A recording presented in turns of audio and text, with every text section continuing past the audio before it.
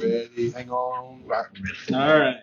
I now call to order this regular meeting of the Roby Consolidated Independent School District of the Board of Trustees. Today is Monday, December 8th, 2025. The time is now 6 o'clock p.m. Roll call. Brent is present. I am present. Kevin Kelly is present. Dakota Raspberry is present. Danny Carrion's present. Carter is absent. Edmondson. Stormy Raspberry is present. And Michelle Terry are present. I verify we have a quorum of board members present in the boardroom per provisions of the Texas Open Meetings Act. Mr. Bennett, will you verify that we comply with the Texas Open Meetings Act provisions concerning the notice for this meeting? Yes, sir, we do.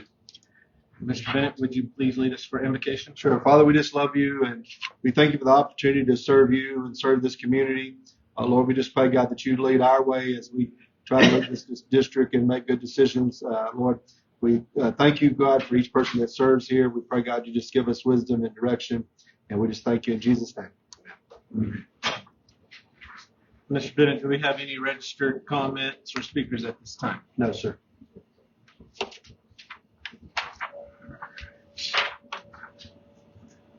So we're going to go on into, well, Would you check and see if Miss Bibbs out there? She's ready for us.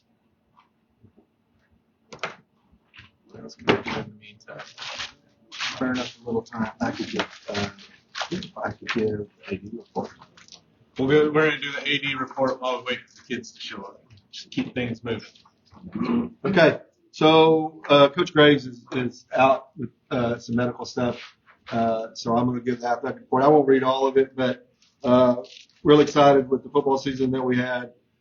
We know that there's some improvement out there, but certainly improvement over previous years.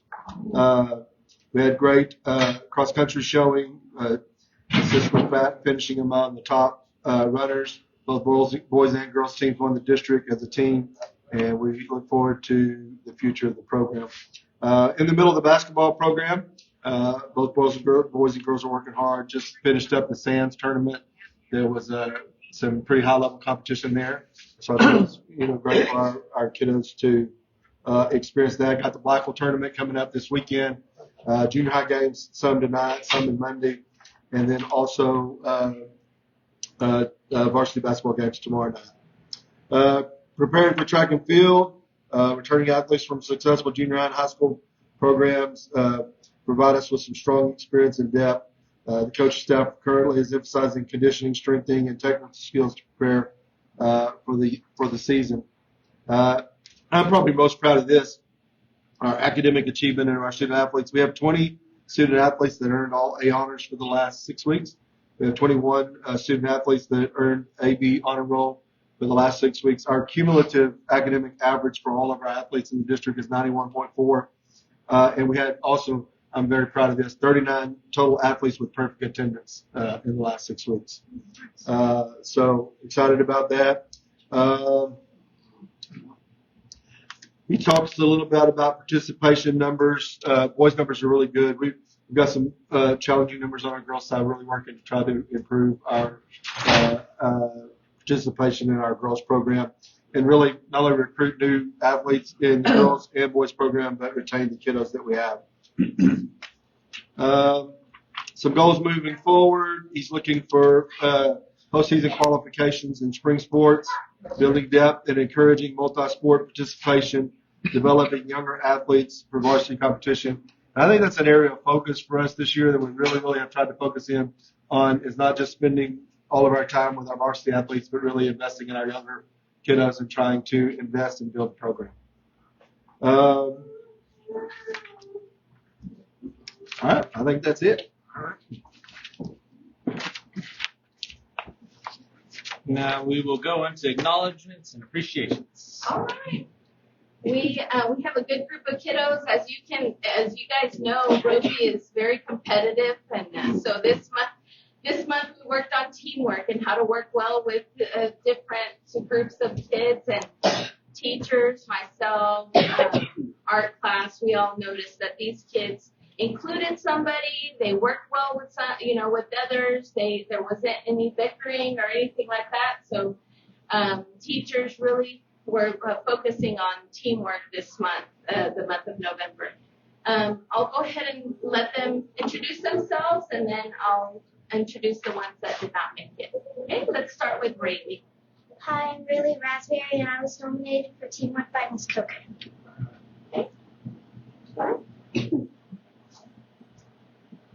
My name is Emma Pizza.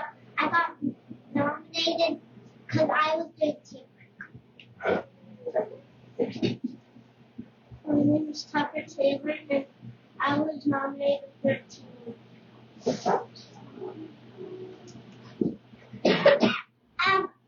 Ava, what's your name? Okay, tell her your name. Yeah. My name is Gracie Chitrell. Yeah, she's a kindergartner, and Miss She's Dennis. not kindergarten, she's a Okay, pre-K, or Miss Dennis really enjoys having her in class.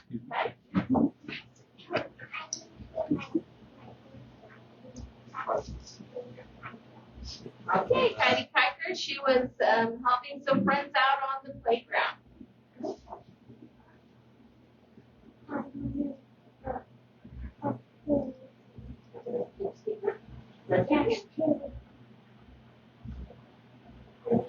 He actually missed a few months ago, and he was here. He was nominated for friendship. So I said, well, he missed it. Let's go ahead and have him introduce himself this time. Right? My name is Rayvon. I was nominated for Melvin. Helping, and he's always a good teammate, Ms. Shaw says. Yeah.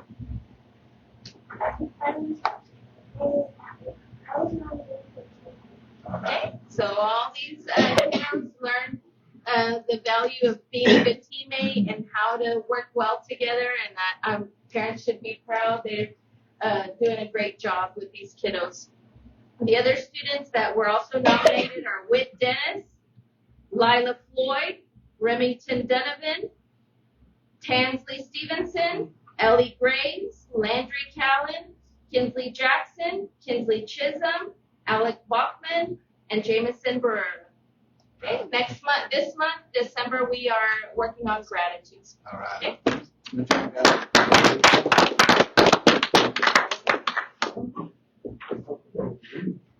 Come this way, Ray.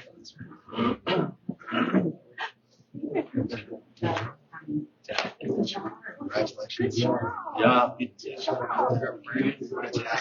Good job. Congratulations. Keep it up. Keep it up. Good job. Good job. Congratulations. Good job. Good job.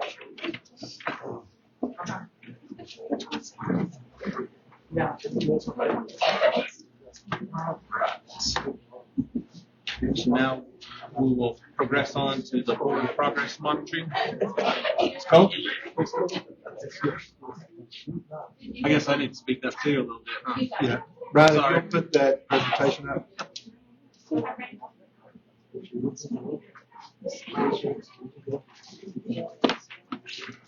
So this is kind of a review of one of the programs that we use. This one is called Amira now. It's formerly iStation. So I know you probably heard your kids talking about iStation 4, and now they talk about Amira. I'm sure it was just bought out, but they did some upgrades to it, and now it is AI, basically. So used to the kids read and would answer questions, and it would kind of track their fluency based on, it would flash off the screen and ask them questions, and so they were supposed to remember, that way they would know how far they had read. And now they actually speak to it. And so I don't think that slide, make sure. I bet you've got to present it, right? Yeah.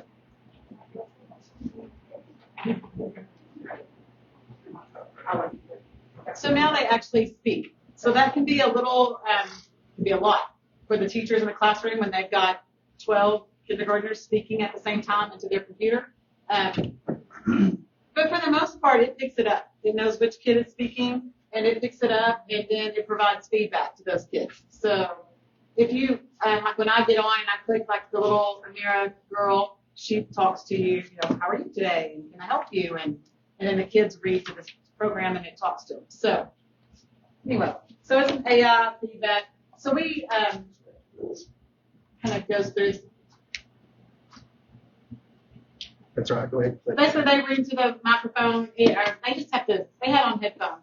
They just read. The iPads, the computers pick it up. And so it tells them accuracy, fluency, pacing, all these things that we use later on when we're looking at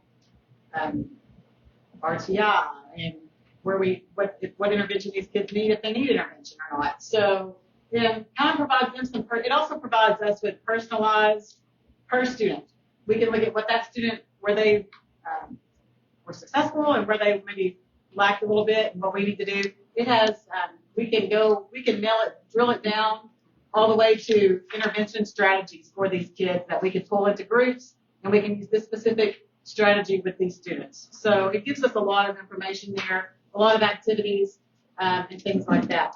We use it monthly. I mean, they use it all month long, but we test once a month so we can see where they've grown. And then we bring this, teachers review this data.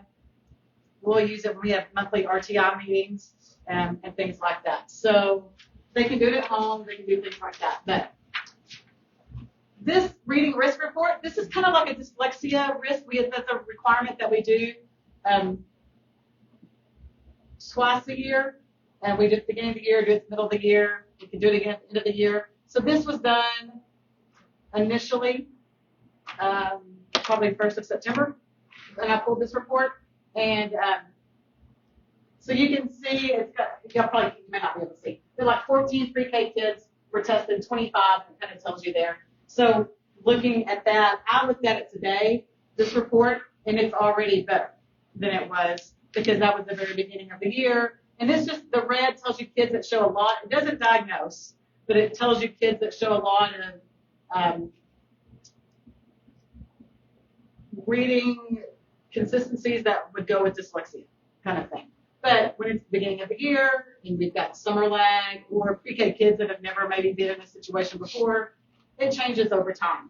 So today when I looked at it, like we didn't have any pre-K in the red. So kind of changes. This is an RTI tier report. It kind of is, it's just not the dyslexia, but it kind of tells us what kids are struggling, how many kids were struggling kind of thing. We could pull this every month. I pulled this. This one was probably pulled from that October because I was doing the report and I did the report turned in. So it kind of, but 19% of 21 kids is like 2. So, and But this the is green just, is like past it, yellow is nearly or yeah, the green is they're on target. They're reading on grade level. They're doing fine. Yellow is that there's, Tier 2. yeah, it's a tier. So green is tier 1 intervention, which is tier 1's classroom. Tier 2 is classroom intervention, but it's with the teacher, where a teacher pulls a small group. Tier 3 is where we're more concerned about pull-out intervention, but maybe with Mrs. Dowden, RTI. And so she uses her data, we use this data, and we kind of look at that together to see where kids are. And that can change from month to month too, depending on how they approach. It gets harder over time because they're expected to get used to. Parents got reports and it said like, your child is second grade 2.1, second grade first month. It doesn't say that now. It's a little harder for parents to read, but it gets harder over time so that we know they're ready for third grade kind of thing. So it gets a little progressively harder, so those numbers can adjust a little bit over time. But for the most part, our goal is to get rid of the red, more yellow and green. Yeah, Hopefully all green. and I would say, I think the big thing here is it's important for us to take the score money. If we wait till the end of the year and take the score, it's too late to do anything about it. Yeah. And so this gives us a scorecard as we're progressing, as kids should be progressing. If a kid is not progressing, then we can pick up on that pretty fast and try to do something about it. iStation before, and it's a mirror now, but iStation before had a correlation to STAR. If they had a certain score on iStation, then they were likely to have this certain score on STAR, and it was pretty accurate. And this is our first year with Amira. I would venture to guess it's probably still going to be pretty close, but it's there. But we just use Amira for reading. It just says reading. So it actually has a map that it was in the works and was never very good. They never really got it. They never got it where it needed to be for Texas. So we use the reading. one of the things that shows up, and I didn't print all of this for you because it would have taken pages, or I didn't put this all on there. It shows the standard for every grade for every, in kindergarten, it shows every kindergarten standard. That's every kindergarten TEK. And it shows where the kid is on that, or where the class is on that TEK, and we can drill it down to the kid. But so you could pull that TEK, you could pull a small group, and just work on that TEK with a small group. But so this is also from October-ish. So they haven't even covered all of these TEKs necessarily, especially in reading. You kind of cover stuff all year long, and but it shows that the teachers can go into this report and they can look at every TEK that they're required to do in reading. So it's got some great reports on it. This is something we look at monthly also. This is the overall growth. And so this is pre-K. Again, like I said, it kind of adjusts because it gets harder over time. So what we want to see is more green and less of the other. But pre-K in September was pretty easy. They were looking at pictures and things. And now pre-K is expected to start knowing a little bit more. So it gets a little harder for pre-K. Well, it gets harder for everybody. But that's why the pre-K numbers look a little more skewed than what we'd like to see. But it's because they really are learning. So we look at those for every grade every month too. This is a list of those TEKs. I didn't show you the bar graph part of it, but I did show you all the reading TEKs for kindergarten there. So, and that just tells you, the blue tells you there's no data on that TEK yet. Red tells you we have so many kids developing in that TEK. Yellow is not developed. Yellow is developing, and green is that they've mastered that TEK. And how often do they do that? We test monthly. Monthly. When they log on the first time of the month, it'll send them to the test. So we test monthly. They do, and how many minutes they need on iStation is based on how they do on the test. So it tells them if they are mastered, they only need like 30 minutes a week. If they are developing, then they might need 60. If they're in need of tier 3 intervention, then they probably need about 90 minutes a week. So, which lines up exactly with what RTI procedures are. Yes. It's 30 minutes, 60 minutes, and 90 based on Yes. where they are, how many intervention minutes they may need. Right. Then that's when you're talking about, like, on the ones that need like the 90, they would get pulled out by like Tanya Davin or somebody. Probably, or they're getting pulled by their teacher, a small group. We have a checklist to get them into RTI, but if they're red here, they're probably in RTI. Or if they don't improve soon, they will be. Yes. And the goal with RTI is to not have them there forever. The goal with RTI is to catch them up, and then really within a year, you're supposed to have them where they need to be, or you're supposed to be doing further testing because there's a reason that these students are not where they need to be. Yeah. So RTI is just to try to get them where they need to be. And this is just like when we look at those, some of the things we'll take away, like how many standards are they mastered? How many standards are we not mastered? Have we covered enough of the standard that we should be having mastered by now? So that's just kind of a breakdown of some of those.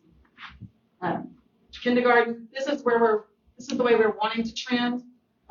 It's still getting harder, but kindergartners hopefully are catching on and getting there. So like 70%, that last one, that's 19 kids. So in the red, there's one student.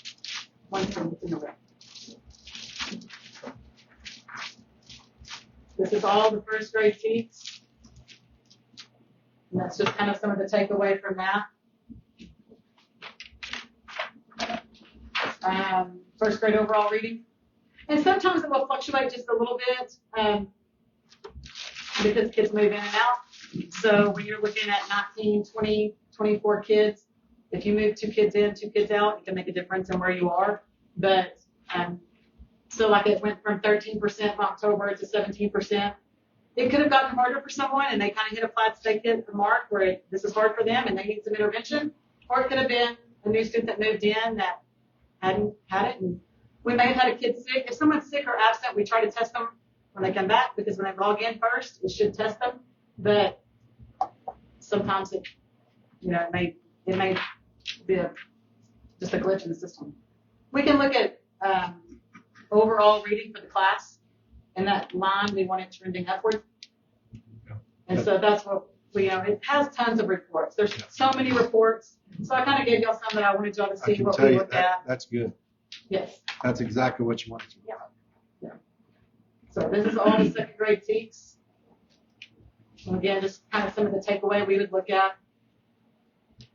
Here's a second grade overall reading, which is what we want to see. That's turning down a little bit, and it will go up. It's just we've had some move-ins in second grade. We have some RTI kids in second grade, and sometimes they just don't test well. And it is just slightly. And it is, and the teachers, some of that, the teachers are a little frustrated with the speaking part. They feel like this fluctuates it a little bit. They think the AI doesn't always pick up on which kid is saying what. And we need to upgrade on our headphones, and we're working on that. Yeah, Right, Tammy? we talked about that today, about upgrading the headphones. And we've also talked about in our last RTI meeting, not testing every kid in the classroom at once. Maybe pulling a small group, having them test, and letting the others be working on something else so that everyone in the class is not reading aloud at once.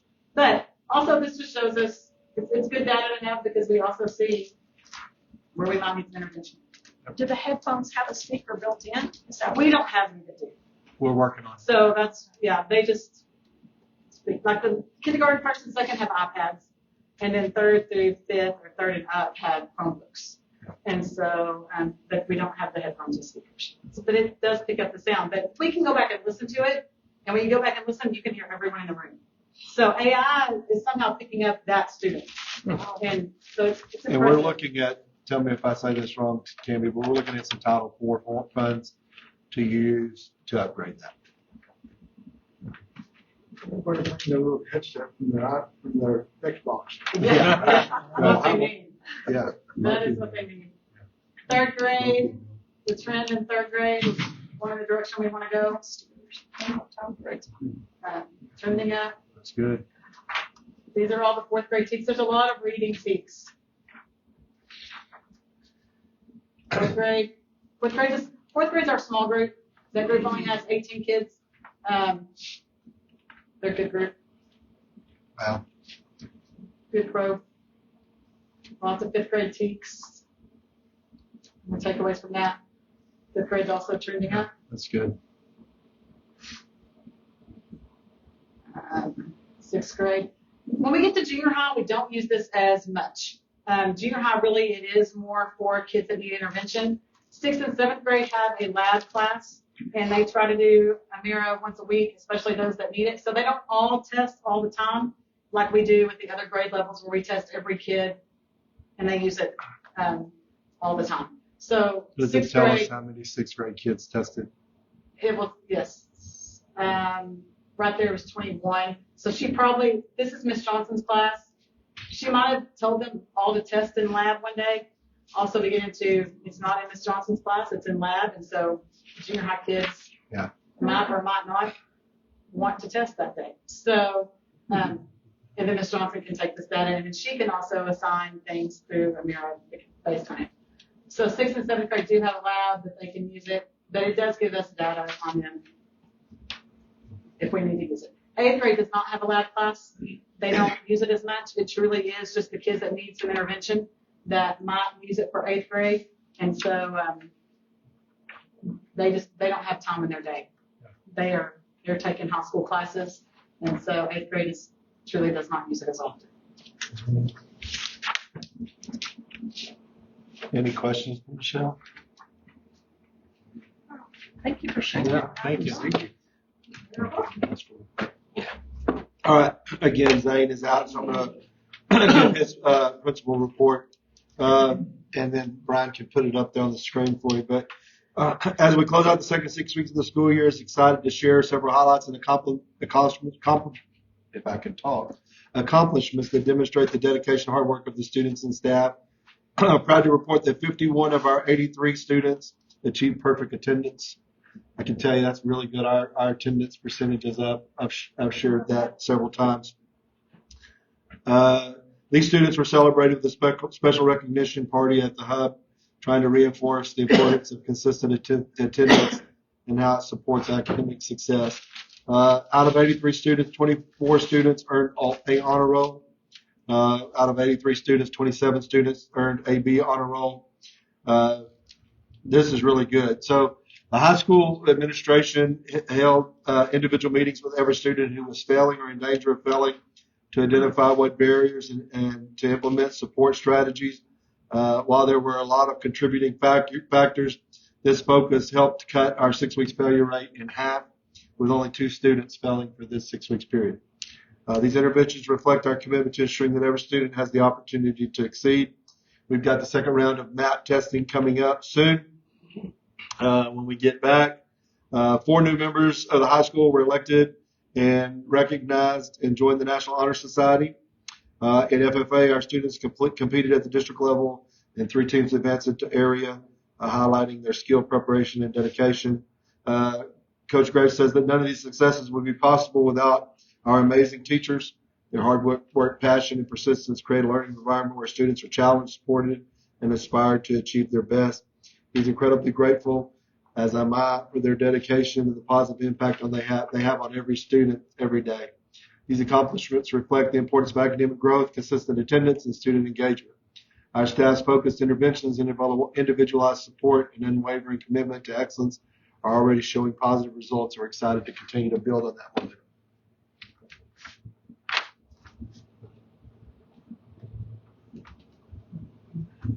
Thank you. We'll go on into business finance report. Before Cammie shares, if it's okay with you, Go for I it. just want to say kudos, congratulations to Cammie. We had our financial audit. They'll be sharing the report of that in January at the board meeting, but we think we found no audits. And he congratulated Cammie and their whole audit team did on books being tremendously improved, was his words. Good job, Cammie. Thank you. I'll start with the board report. So as you can go through there and see the percentages, everything is still good within the budget that we have set. If you'll have any questions about that, feel free to reach out to me. But also under that business and finance tab is our cash receipts, which is our deposits for the month. And we're doing the reporting month of October here. So just in the general fund, we brought in revenue of $948,515.23. And then the total for the rest of the accounts is $957,228.64. Any questions about any of the revenue or deposits made this month?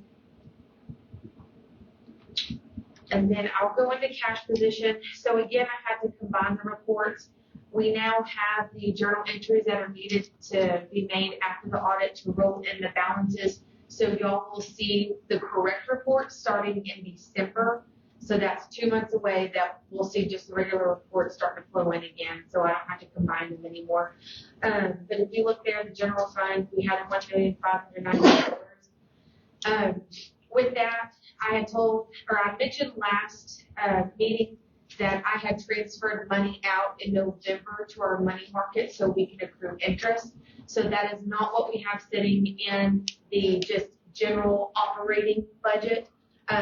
Majority of that is in the money market. I usually leave a cushion about $300,000 to $500,000 in the general, just depending what we have going on coming up pretty close, like payroll. If we had any incentives and things of that nature. Any questions about the cash position by bank account? Oh, sorry, Ryan, if you can hit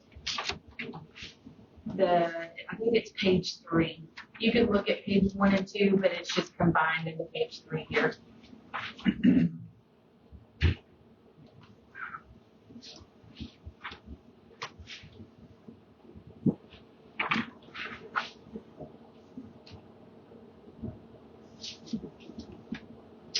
And then if there's no questions, I'll just go into the expenditures.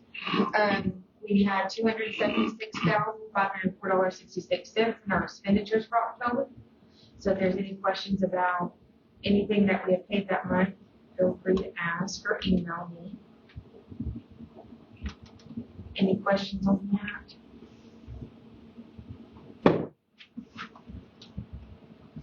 So I'm kind of going fast, so tell me to slow down.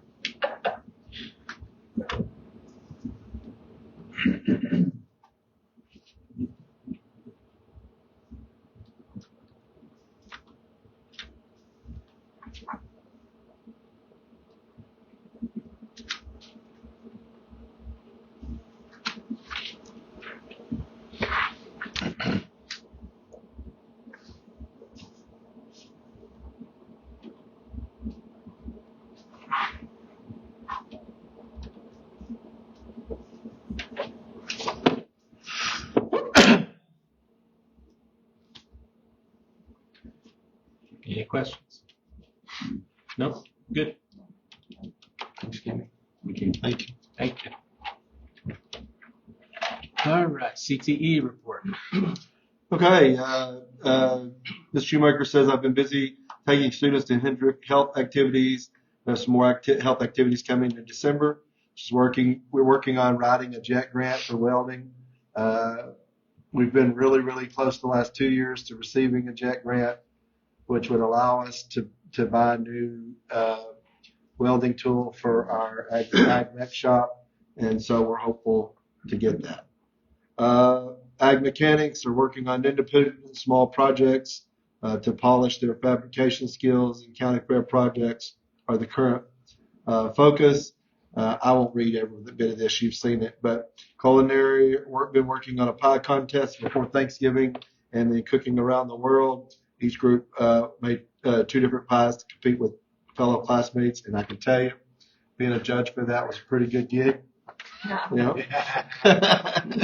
So, business management, career research, 6th grade is using job research skills. Foundations of VCT are creating Christmas around the world slides to show off the PowerPoint skills. VCT students are creating PowerPoint presentations showcasing different aspects of fictional Christmas themed careers. Graphic design, working on flipping house project. Students finished up their sports franchise project. Health science students been busy lately. Freshmen were able to attend Hendrick Health Symposium to visit different healthcare booths. They were able to visit with college and program with their peak interests. I didn't read all of it, but those are some highlights. Thank you. And superintendent report. Our current enrollment is actually 310. You know, we have to post these so early now. And we lost 1 student to health reasons. We lost 2 students that moved out of town, but 310 is still 16 above where we finished off last year. Our attendance for the year so far is 96.27, which is a % higher than where we were last year. Thank you. And then consent agenda, items A, B, and C.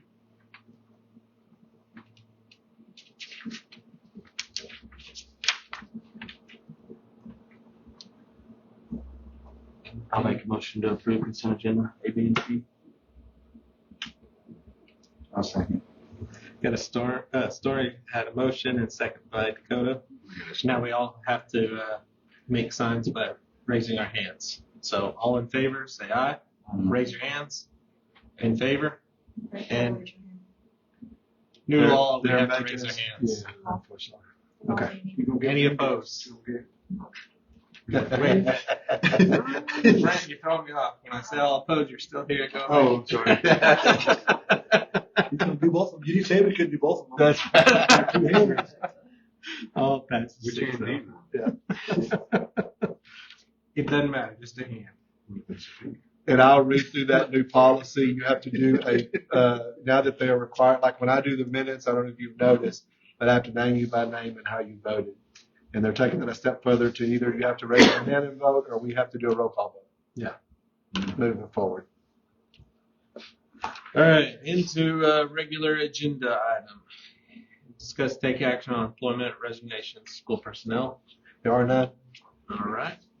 And then now to discuss and take action on renewal of our District of Innovation. Okay, I'll run through some of this quick. Our District of Innovation runs out in 2026. You get it for 5 years, and ours expires in 2026. We started a committee at the beginning of the year to review our District of Innovation plan. The committee, I'll run through these slides really quickly, but this is what I showed them.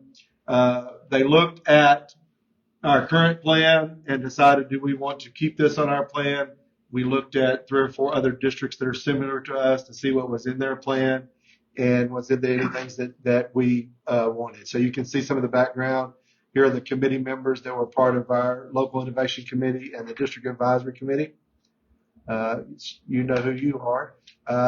Purpose of renewal for DOI is to maintain local control of operations and instruction, to allow flexibility in scheduling, staffing, and curriculum, and to align local policy with current legislation. Here are some of the existing exemptions that we left unchanged. And I've got an information sheet in there that you can read about any of these. And then here's some new additions. One of the things that the committee wanted to add was transfers. Current law binds districts to 1-year commitment for transfer students, limiting the ability to revoke transfers mid-year. Roby CISD is seeking an exemption to allow the superintendent or designee to immediately revoke a student's transfer if the student fails to meet district expectations in attendance, discipline, and academic achievement, or if falsified documents were submitted. This ensures accountability while maintaining local fairness for local families. Again, we do take transfers. We want transfers, but we expect our transfers just as we expect all of our students to take care of their grades, to take care of their behavior, and to be an asset to Roby CISD. Another part that we want to add is opting out of some of the new grievance procedure laws. Senate Bill 12 introduced Chapter 26A, which significantly expands grievance processes by allowing grievances to be filed up to 90 days after an incident, permitting new claims to be added during the appeal process. This will create excessive administrative strain and delay resolutions to grievances. Roby CISD is seeking an exemption to continue using its existing grievance procedures under policies DGBA local, FNG local, and GF local, which require grievances to be filed within 15 days and provide prompt, fair, and efficient resolution.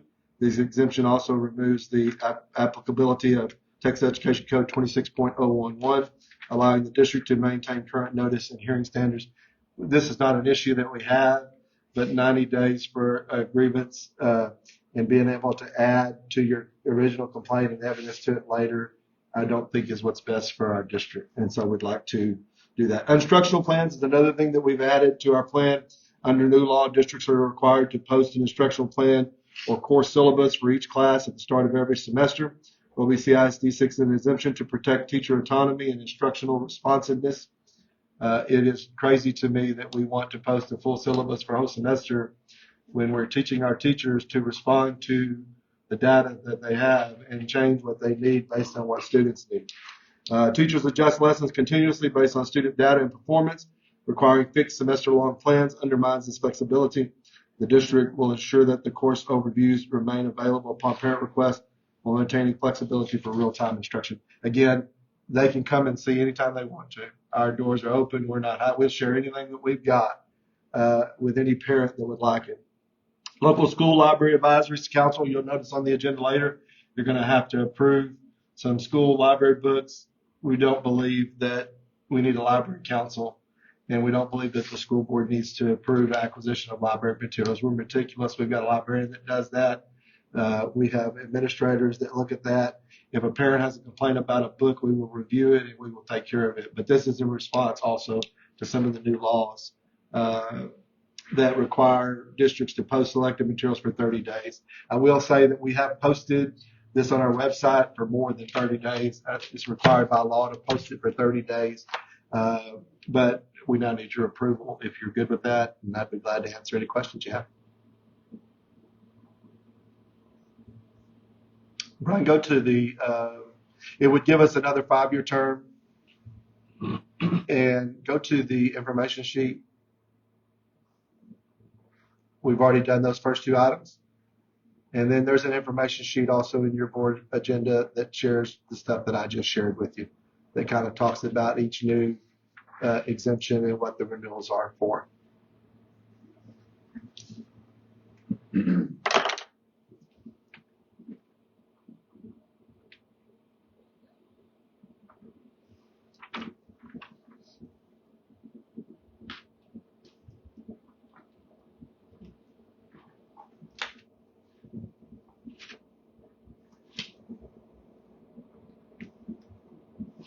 Any questions on it? Just need to make a motion on that. Approving the district innovation. We'll make a motion to approve the district of innovation plan Renewal. renewal. As presented. As presented. There you go. As presented. I second. All right. Dakota made a motion, second by Brent. All in favor, raise your hand. Any opposed? Passes 6-0.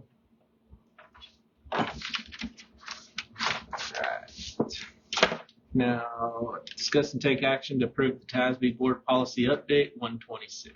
This is long, and you've had it for a while, and I'm sure you've reviewed it. I do want to point out some things that I've highlighted in here that I think it's important that you realize and pay special attention to. So board meetings, Senate Bill 413 also added language regarding inclusion in board meetings of minutes, and each board member's vote on any item and requirement to post on the district's website any resolution adopted by the board. I've already been doing that. I've recorded each of your names each time on the minutes and how you voted. But that will be part of what we have to do. In board meetings, they're offering for consideration on this update language that will require you as a board member to submit anything you wanted added to the agenda for 10 calendar days prior, so that I could meet board posting requirements of really it's 5 days. Okay. Senate Bill 413 requires roll call voting, so the language to record vote has been revised accordingly. It also allows the raising of hands. Trustees may now address matters of cybersecurity and critical infrastructure facilities in closed meetings in accordance with House Bill 3112. Also, something new in this policy: minutes have to be signed by the board president and the secretary once this update is approved. Public comment is to occur based on this update at the beginning of board meetings. We really already do that. Notice of a vacant. This is talking about BJB legal superintendent recruitment and appointment.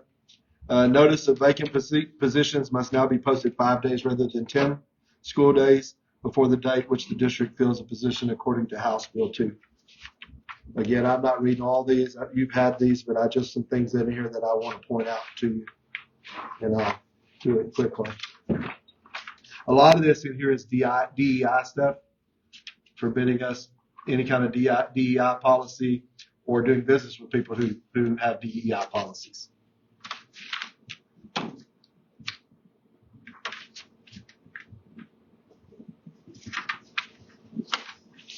Sorry, it's long. Oh, it's definitely. Recommended revisions reflect Senate Bill 12 requirement that this is different for our principals and something that I think is important. So I think it's a good update.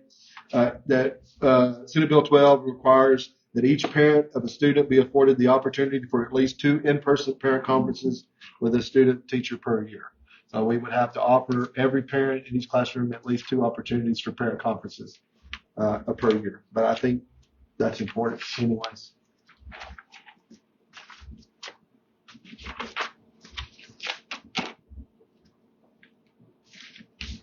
All right.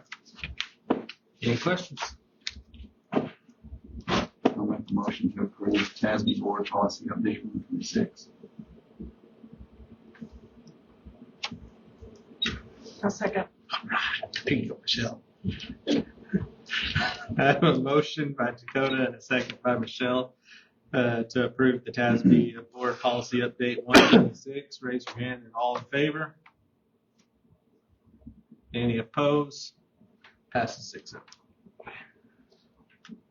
Now we need to discuss and take action to add Jimmy Bennett, Cammie Gwynn, and Debbie Terry to remain and remove everyone else on the signature card for the safe deposit box at Fisher Financial. We ran into an issue, this bus grant that we got the money on this summer. They wanted disposable titles. I couldn't get access to the titles because the only one that's on the security box that's still here is Debbie. So this is just something we need to update and do so that we have access to that stuff.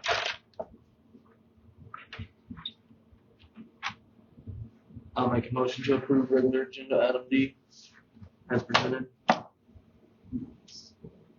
Second. Stormy made a motion to approve Jimmy Bennett, Cammie Gwynn, and Debbie Terry to be on the safe deposit box at First Financial and remove all others. Brent seconded it. All in favor, raise your hand. Any opposed? Passes 6-0. Discuss and take action to approve the purchase of library materials. It's still until our district of innovation plan is accepted and approved by the TEA. It's according to policy. You've got it for. Here's the list. You have the list.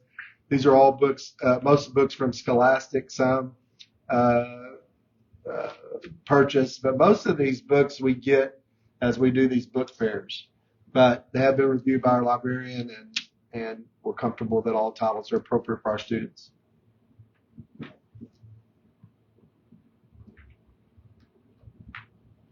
I'll make a motion to approve the purchase of the library materials. I'll second.